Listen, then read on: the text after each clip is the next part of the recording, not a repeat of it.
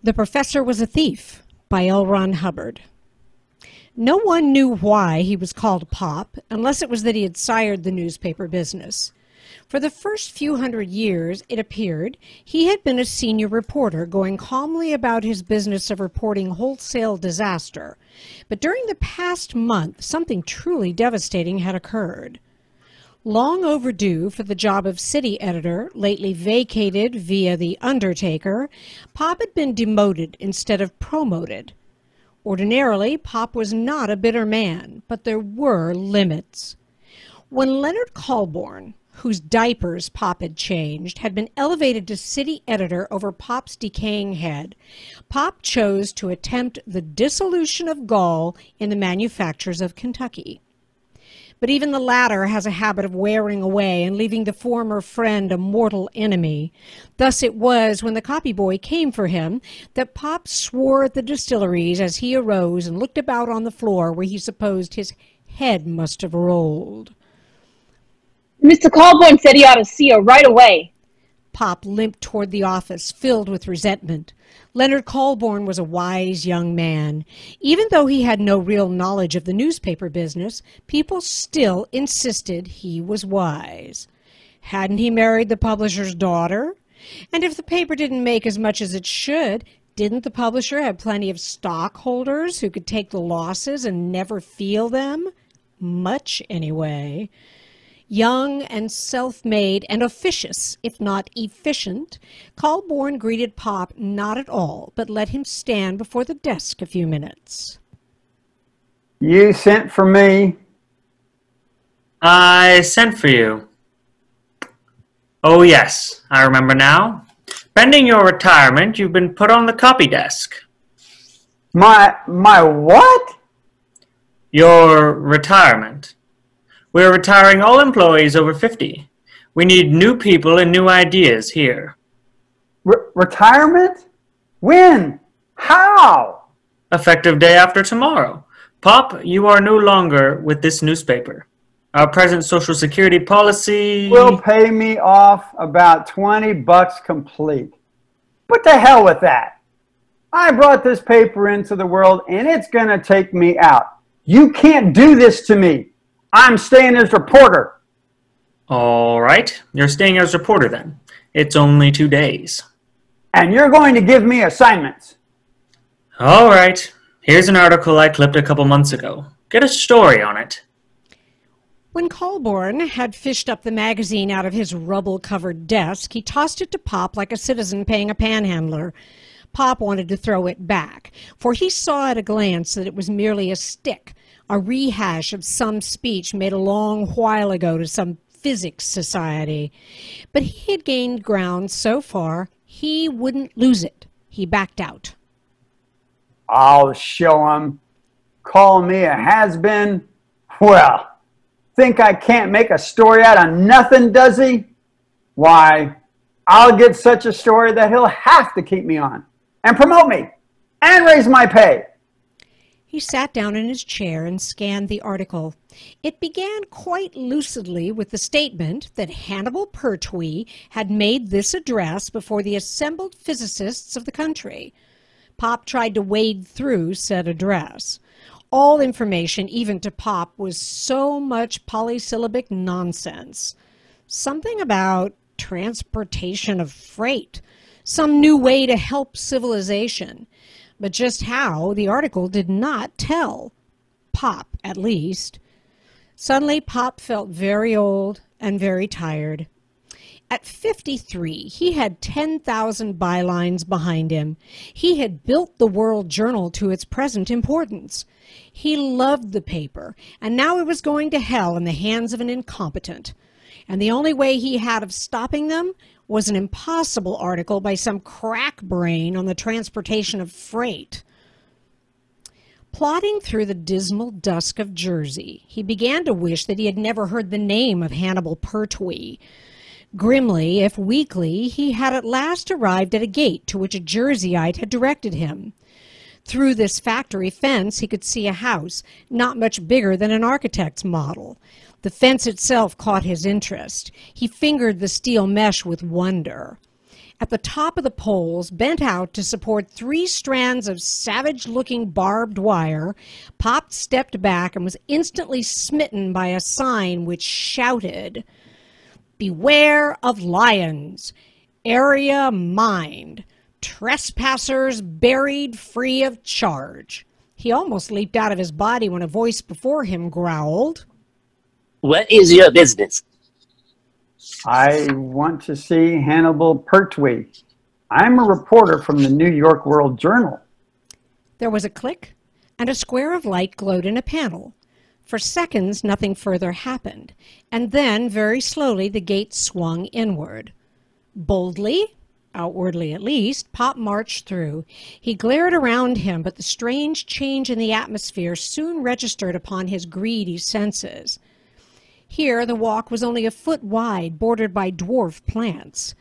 What Pop had thought to be shrubbery was actually a forest of perfect trees, all less than a yard tall, but with the proportions of giants. Pop approached the house warily, as though it might bite. When he stood upon the porch, stooping a little to miss the roof, the door opened. Standing there was a man not 5 feet tall, whose face was a study of mildness and apology. His eyes were an indefinite blue, and what remained of his hair was an indefinite gray. He was dressed in a swallowtail coat and striped pants and wing collar, with a tiny diamond horseshoe in his tie. Nervously, he peered at Pop. "You are Mr. Brewhauer from the Scientific Investigator?" No, I'm from the New York World Journal. "Ah, I came to get a story on this lecture you handed out a couple of months ago. Yes, certainly. You must see my garden." I've just seen it. "Such wholesome originality and such gigantic trees." Huh? Why, over 1,000 feet tall, some of them. Of course, trees don't ordinarily grow to 1,000 feet. The tallest tree in the world is much less than that.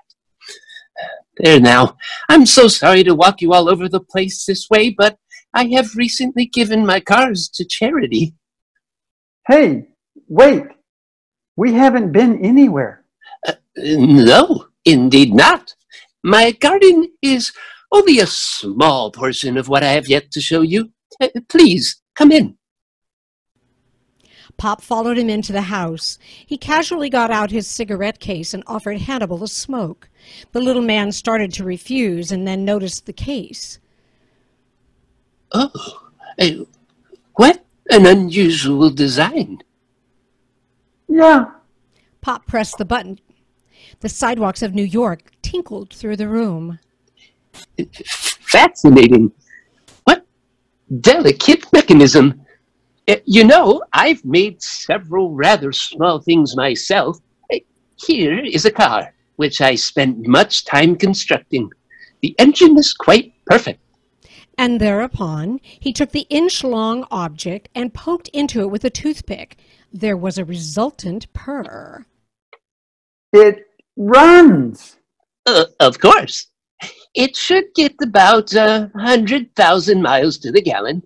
Therefore, if a car would make the trip, and if it could carry enough gas, then it could go to the moon. The moon is only 238,857 miles from Earth, you know. Now, I must show you around. I wish to show you my trains. Trains? Mr. Pertwee, I came about that lecture. Lecture? That you made before the Physics Society? Something about moving freight? Oh, the Pertwee elucidation of the simplification of transportational facilities as applying to the freight problems of the United States. You mean that? Yes, that's it. Just some comment or other. I couldn't understand just what it was all about. There's nothing half so lovely as a train. Pop took out his case and lighted a cigarette. Would you mind pressing that button again? Once more, the worn mechanism tinkled out its music. When it had done, Hannibal took the case and inspected it anew with great attention. But let's get on to the trains. Hannibal bounced eagerly up and led his caller through the house, pausing now and then to show other instances of things done very small. Finally, they reached the train room, and here Pop stopped short in amazement, for here, spread out at their feet, were seemingly miles of track leading off in a bewildering tangle of routes. My trains. Pop just kept staring. There were toy stations and semaphores and miniature rivers and roads and underpasses and sidings and switches. And on the track stood a whole fleet of freight cars in a yard. Engines stood about ready to do the switching. The roundhouses were crammed with rolling stock. And in short, nearly every type of equipment used was represented here. Hannibal was already down on his knees at a switchboard. He grabbed up a top hat and plonked it on his head and then beamed at Pop. Cargo of strawberries for Chicago. He threw half a dozen switches. That bare space away over there is Chicago. Pop saw then that this room was vast enough to contain a replica of the United States and realized with a start that these tracks were, each one, a counterpart of an actual railroad line. This is New York. Only, of course, there isn't anything there yet. And now, here we go. In the space of 2 hours, Pop watched freight being shunted all over the United States. Finally, Hannibal brought the cars back to the New York yard and broke up the last train.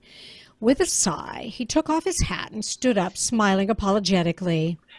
You must go now. Look, just give me some kind of an idea of what you were talking about in that article so I can mention it in the paper. Do you understand anything about infinite acceleration? Well, no. Or the fourth dimension? Or Einstein's mathematics? No. Then I don't think I can explain. They wouldn't believe me. So, you see, you wouldn't either. Good night. And Pop presently found himself outside the gate, confronted once more with the long walk to the station and the long ride back to New York. A fine job he'd done, no story. Still, say, those trains would make a swell yarn. A batty little scientist playing with toy railroads? Sure, he'd do it, play it on the human interest side. But he'd never get far with it. Trudging along, he reached for his cigarette case. He fumbled in other pockets. Alarm began to grow on him. He couldn't find it. More slowly, he repeated the search. Hurriedly then, he tore back to the gate and shouted at the house, but the only reply he got was printed on the sign, "Trespassers buried, free of charge." Pop, it might be said, was just a little proud of having turned out a presentable story where no story had been before. And feeling the need of a little praise, he finished off his story the following morning and took it to Colborne personally. Well? That story you sent me out on, you didn't think there was any story there. And you were right as far as news was concerned. But human interest... You call this a story? Go back to the copy desk. And so saying, he dropped the sheets into the wastebasket with an emphatic gesture of dismissal. Pop was a little dazed. He backed out and stood on the sill for seconds before he closed the door. A hurrying reporter jostled him and was about to rush on when he saw Pop's expression. You look like you need a drink. I do. So he's making it tough for you, is he? That dirty rat. Never mind, Pop. When better newsmen are built, they'll look like you. Something will break sooner or later. I'm leaving tomorrow. Say, look now. Don't quit under fire. You know what ails that guy? He's scared. That's all. Scared of most of us, and you in particular. Why, hell's bells, you belong in that chair. We're losing money, hundreds a day, and when it gets to thousands, the publisher himself will get wise. I'm being laid off. You? For God's sake. He went on cleaning out his desk, looking very worn and old and quiet. He scarcely looked up when Colborne passed him on his way out to lunch. It was about 1 o'clock, and he was just tying a string about his belongings. The phone rang on the next desk, and Pop, out of habit, reached across for it. Give me rewrite. I'll take it. This is Jensen. I'm up on the drive. Ready? Pop raked some copy paper to him and picked up a pencil. He was a little excited by the legman's tone. Ready. At 12:45 today, Grant's tomb disappeared. Huh? Get it down. The traffic on the drive was at its noon hour peak, and the benches around the structure were filled with people when, without warning, a rumble sounded. The alarmed populace... To hell with the words. Give me the story. How did it happen? I don't know. Nobody knows. There is a half a dozen police cars around here staring at Grant's tomb. I was about a block away when I heard shrieks, and I came tearing down to find the traffic was jammed up and that people were running away from the place while other people ran toward it. I asked a nursemaid about it. She'd seen it happen. She said there was a rumbling sound, and then suddenly the tomb began to shrink in size, and in less than 10 seconds, it had vanished. Was anybody seen monkeying with it? A chauffeur said he saw a little guy in a swallowtail coat tear across the spot where the tomb had been. How many dead?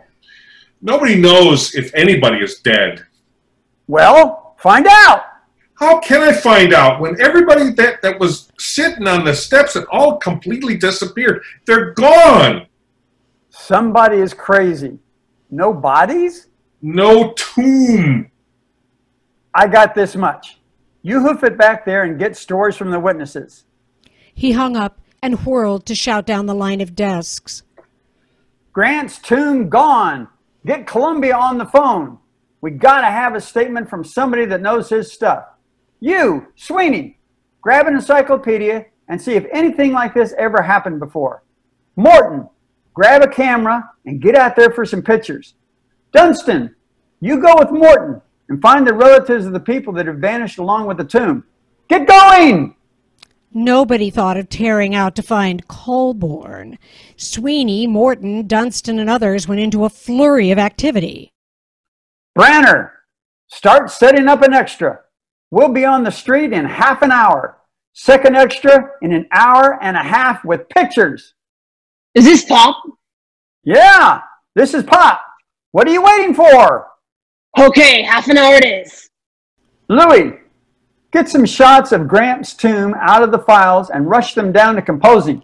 Pop pulled his old typewriter toward his stomach and his fingers began to flash over the keys. In 5 minutes, it was streaming down to composing. Pop got up and paced around his desk. He had pinch hit as night editor so often that he did not question his authority to go ahead. And still, nobody thought of Colborne.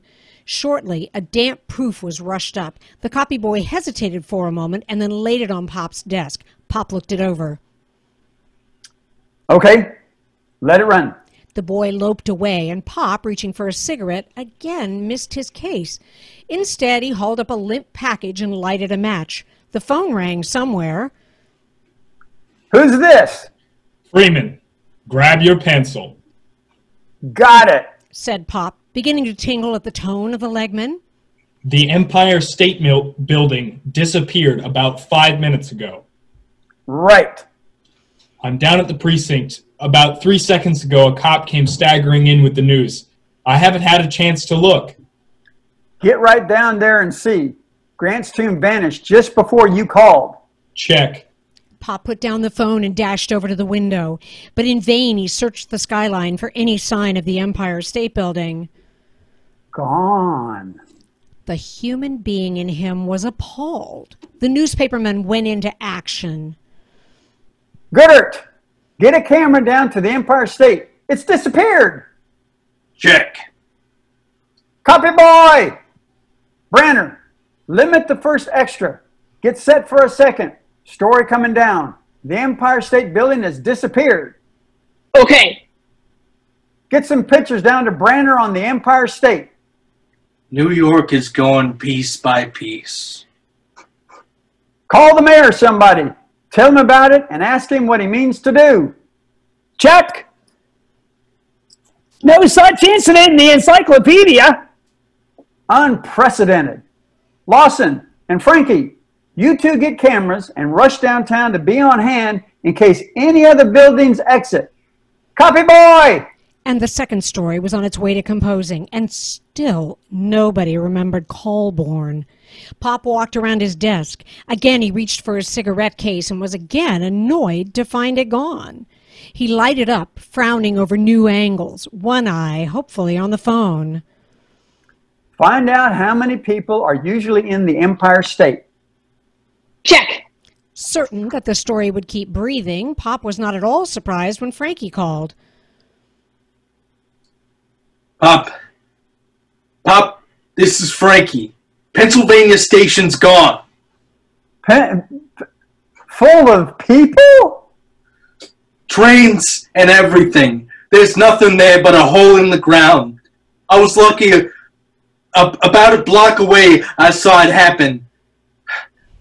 You said big, so I figured Pennsylvania. The story. Well, there was a kind of rumble, and then all of a sudden, this station seemed to cave into itself, and it was gone. A little guy in a swallowtail coat almost knocked me over, running away. He was scared to death. Everybody was trying to get away, and right on the corner, one of our boys was shouting out first extra. The whole building just disappeared. That's all. People, trains, everything. You ought to see the hole in the ground. Get statements and rush your pictures back here. Don't be a damn photographer all your life. Okay, Pop. Pennsylvania Station. Tim, get this for rewrite. About 5 minutes ago, Pennsylvania Station disappeared. People, trains, everything. There's nothing but a hole in the ground. There was a rumble, and then the thing vanished. Seemed to cave into itself, but there is no debris. It's gone. All gone. Okay, Pop. Copy, boy! Pictures of Pennsylvania Station. Branner, keep adding to that extra. We got pictures coming of Pennsylvania Station. It's gone. 10. Oh boy, what a story. Angles. Angles. Got a statement from the mayor. He's yelling sabotage. He says he's phoning the governor to call out the militia. He says they can't do this to his town. Banner for extra number 3. Mayor objects. Calls out militia. Story coming down. Roll it out and spread it thick. They'll be half panicked by now. Stab in a human interest angle. Make them take it calm. Jack. Pop walked around his desk and again reached for his cigarette case to again discover that it was missing. Angles. 2 men with swallowtail coats. Eddie, take this lead. Mystery man seen in 2 catastrophes. A small man with a swallowtail coat was present today at both the vanishing of the tomb and Pennsylvania Station. Was seen to run across the place where tomb had been and collided with one of our reporters just after Pennsylvania disappeared. Got it? Check. Pop went over to the window. For some reason, he kept harking back to Hannibal Pertwee. Railway stations, cigarette case, swallowtail coat. Freeman came dashing up. She's sure gone. What? The Empire State Building. There's nothing but a hole in the ground. There were umpteen thousand people inside, and there's no sign of them. Okay. Do me a story about the state of the city. How calm they're taking it. Smooth them down. 3rd extra is on its way, and you'll make the lead in the 4th. Pop turned back to his desk. He was so preoccupied that he did not see a dark cloud come thundering through the city room. Colborne, with a copy of the first extra in his hands, bore down upon what was obviously the center of the maelstrom. Did you do this? Sure. What about it? Why didn't you call me? You know where I eat lunch. How do you know this story is true? What do you mean spreading terror all over town? How is it that we get a paper out so quick when there's nobody else on the streets. If this is a farce, then we're in Dutch plenty. Civil and criminal actions? It takes guts to run a paper. If that's what it takes, you've got too many. Now, we've got to check everything we've printed. If you've got another extra on the rollers, we'll have to kill it and find out if... The third extra is on the street. And you took the authority without even trying to find me?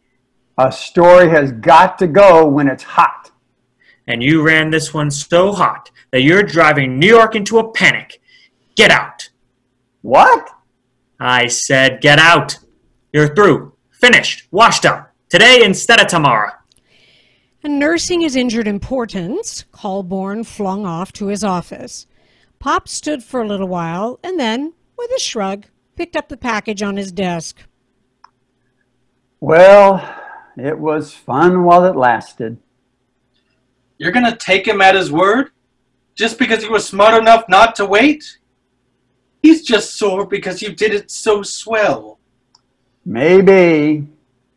You're gonna quit like this? No, not like this. Well, what's you going to do? Pop hefted his package. He looked grim. At dusk, Pop approached the fortress of Hannibal Pertwee. At a garage, he had managed to separate himself from $5 he could ill afford, an electrician from a pair of insulated gloves, and the heaviest pair of wire cutters he could carry. Breaking and entering would be a very serious offense, but he was first going to give Hannibal a chance. For several minutes he waited dutifully at the gate, hoping that the mysterious voice would again speak. But this time it did not, and the house remained as dark as it was small. You asked for it. Very painstakingly he inspected the latch. Then he donned the rubber gloves and took the cutters and went to work. In a few minutes the gate was swinging open, leaving its latch behind. Oh, if this hunch he had was wrong. Hannibal opened the door and gazed sadly at him. It will be so much work to repair that gate. Well, you see... Well, I am very sorry, but I can't ask you in tonight. I am so busy. I came after my cigarette case. Cigarette case? Yes. I lost it when I was here before. I would dislike having to part with it permanently. You don't mind if I come in and look, do you? Well, But Pop was already shouldering past Hannibal Pertwee, and the little man could not but give way. However, Hannibal skipped to the fore and guided Pop into the minute living room. I was sitting here in this chair. Hannibal fidgeted. You don't mind if I look elsewhere? Oh, yes. I mean, no. I am very busy. Really, you have to go. But my cigarette case is very valuable to me. Of course. I appreciate your predicament. But if I had seen it, and if I find it... Oh, dear. What am I saying? Well, I won't trouble you any further. I can see how upset you are. Goodbye, Mr. Pertwee.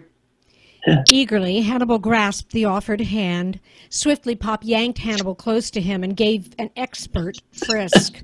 The cigarette case leaped out of Hannibal's pocket. Pop looked at it with satisfaction. I wonder how that got there. So do I. And now, if I could inspect your trains again. Well, yes. All right, just come this way. And he stepped through the door. Pop was so close behind him that he almost got cut in half when the door slammed shut. There was the rumble of a shot bolt, and Pop's weight against the door had no effect at all. He swore and dashed for the hall. Another door slammed there. Pop stood glaring through the walls at Hannibal. Then he got another idea and rushed outside to take a tour of the house, but there was nothing to be seen. Pop had to be content with his victory in recovering his case. He went off up the road in the direction of the station. Grumbling to himself, he stood on the platform waiting for a train to carry him back to New York. He could swear that there was some connection between the forest, the miniature car, the trains, and the vanished buildings. Pop took out his cigarette case. It still contained several cigarettes, so evidently Hannibal did not smoke. Pop lit up. He was about to replace the case when he wondered if any harm had come to it. He pressed the music button. No sound came forth. Damn him. Broke it. Well, he could have it fixed. Hannibal the loon had probably worn it out. About 8, he wandered out of the station to straggle haphazardly uptown. He was trying to tell himself that he was glad he was through. No more chasing fire engines for him. What a hell of a life it was. Never any regular sleep, always on the go, living from story to story. Well, now he could settle down and rest a while. Shuffling along, head down, hands deep in his jacket pockets, he coursed his way to 8th Avenue. A saloon was nearby, and he wandered into it to place a foot on the rail. Rye. Straight. The British-looking barkeep pushed out a glass and filled it with an expert twist of his wrist. Pop downed the drink and stood there for a while, staring morosely at his reflection in the mirror behind the pyramided wares. Fill it up. Ain't that awful about them buildings and all? The wickedness of the city is what brought it on. Just yesterday I says to a gent near, I says, a town as simple as this. Pop took out his cigarette case. Yeah. A town as simple as this cannot meet the one fate in the mighty wrath. Pop was jarred out of his wits. The whole bar had vanished. The whole bar complete with tinder. The mirrors were still there, but that was all. Pop's news-keen mind examined all the possibilities in sight. Was it possible that someone had come in that door and done this? Had Hannibal followed him? He looked at the floor where the planks were patterned as the bar had stood. And then Pop received another shock. There was the bar, about an inch long, almost lost in a crack between the flooring. Hastily, he picked it up, afraid of hurting it. He could barely make out the bartender, who did not seem to be moving. Pop put the thing in a small cardboard box he found in the refuse and then stowed it carefully in his pocket. This opened up a wide range of thought, and he needed air in which to think. He went out into the street. This bar had dwindled in size. Was it not possible then that the buildings had done likewise? And if they had, mightn't they still be there? He mulled this for a long time, standing at the curb. Taxi! Pop took out his case and started to extract a cigarette. Tax! And the cab folded into itself with such rapidity that Pop's eye could not follow. Pop trembled. He shut his eyes and counted to 10. When he opened them, the cab was still gone. Then he looked more closely at the pavement and stooped down. Here was the cab, a little less than an inch long and proportionate in the other 2 dimensions. Pop put it in his cardboard box. He surreptitiously inspected the case by the faint glow of a shop window. But there wasn't anything unusual about it. Pop looked around and found a trash can. If this case was doing it, it certainly could make this trash can dwindle. Pop pushed the opening button. Nothing happened. He breathed a sigh of relief. Somebody was following him. That was it. Sure, that was the answer. Pop, feeling better, he took his stand on the corner near a large apartment house. When the other person came near, he would take out his case and then, bow, grab the malefactor and drag him back to the paper for interview. In a few minutes, a fellow in very somber clothes came near. Pop took out his cigarette case and started to open it. And the apartment building was gone.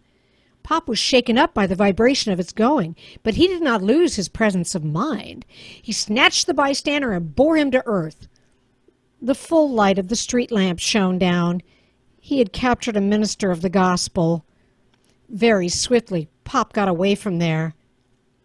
By a circuitous route, Pop came back to the hole. He found the tiny thing which had been a building. It looked like a perfect model, about 5 inches high. There was a sting to the object which was very uncomfortable. All Pop's fine ideas had gone glimmering now. It was the case. It had to be. And to test it out, he had probably slain hundreds, maybe thousands of people.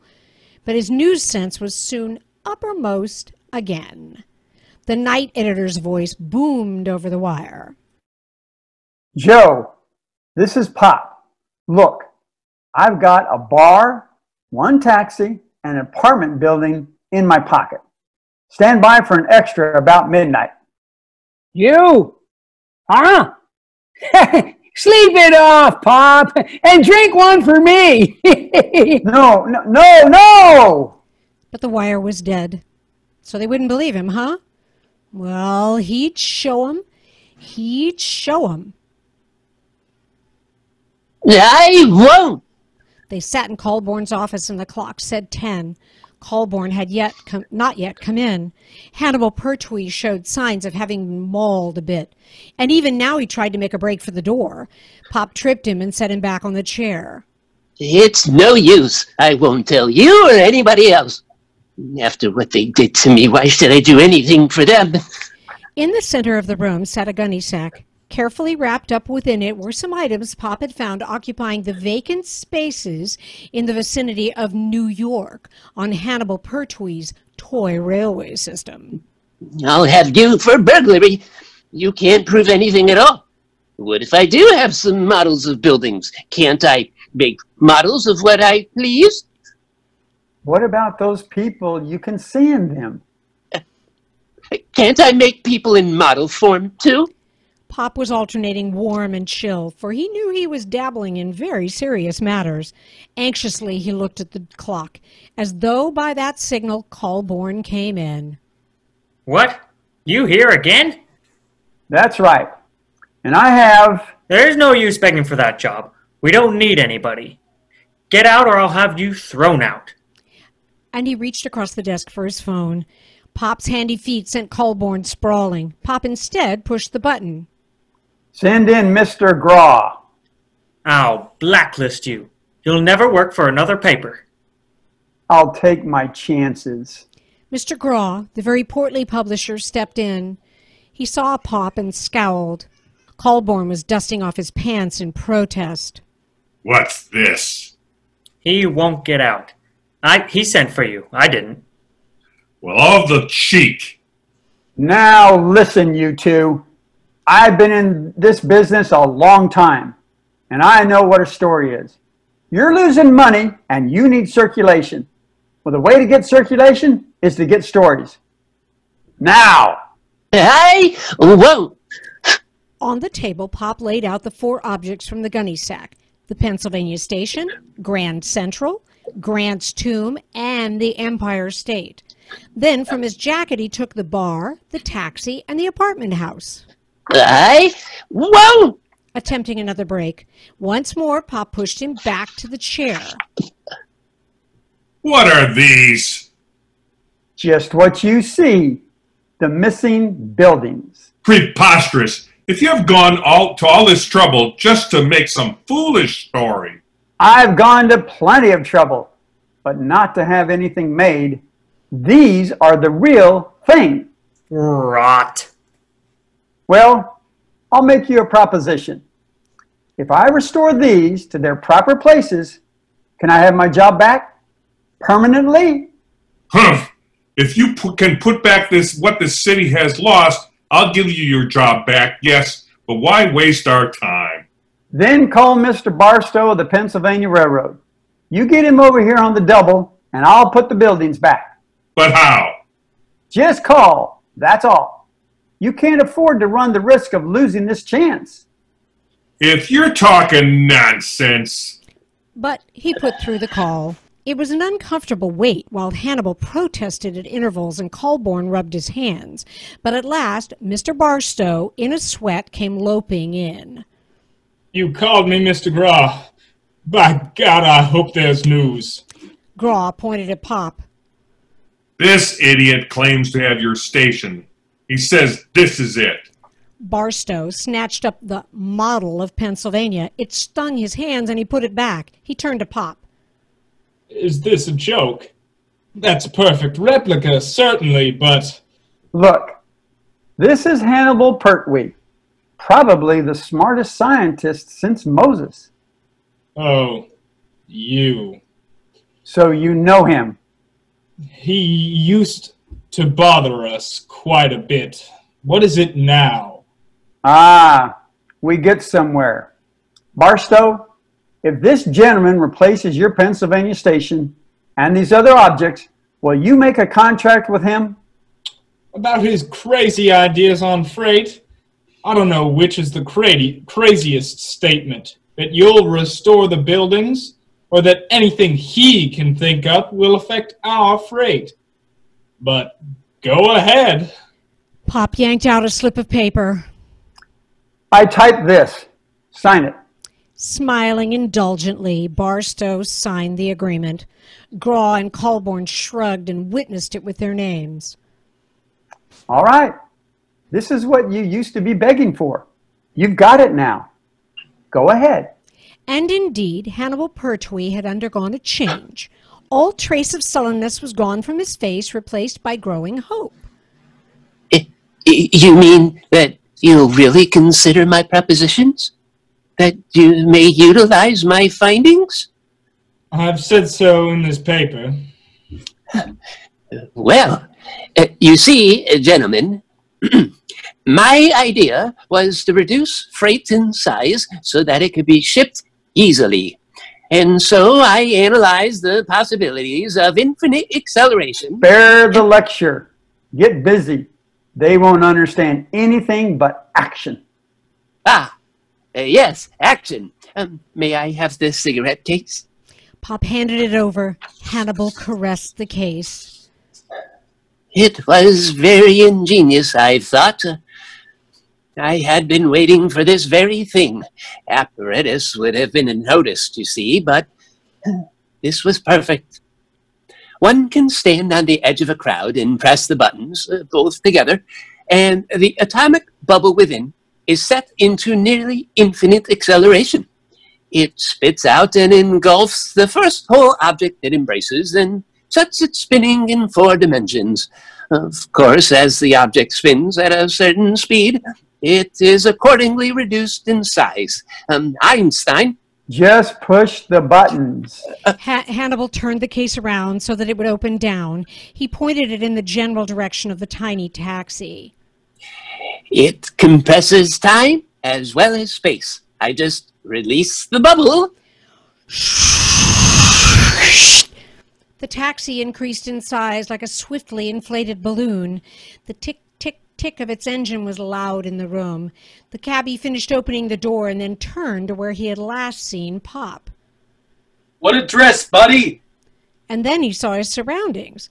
He stared, gulped, looked at the ring of reporters and office men, and hastily shut off his engine, shaking his head as though punch drunk.